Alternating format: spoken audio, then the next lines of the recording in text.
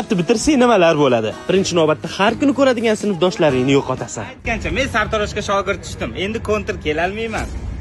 Koreyaga ketaman o'rtoq, bo'pti, charchama gap. Kechki payt ko'chaga chiqmay qo'yding. O'qishga tayyorlanyapman o'rtoq.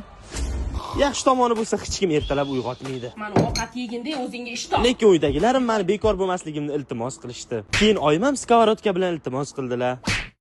Endi to'yga pul yo'qish kerak edi.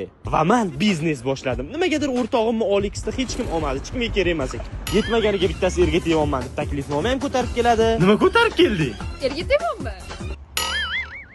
Men bo'lsam o'qishga tayyorlanishni boshlab yubordim. Boshda uyimga yaqin institutga topshirmoqchi bo'ldim. Keyin qizlar ko'p institut qidirdim. Keyin bali past institut qidirdim.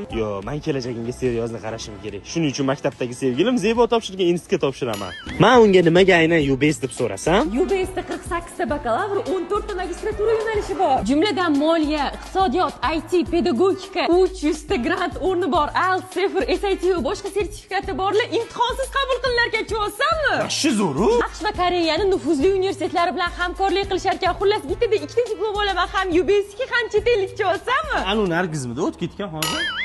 Yotoqxonasi ham bormi? Bor, chet elda malaka oshirib kelish imkoni ham bor. Germaniya, Koreya, Malayziya, Turkiya va boshqalar shoshilish kerak, qabul ochilgan. Hozir oyimga yetsam xursand bo'ladilar-yu. Keyin topshirishimga go deydilar.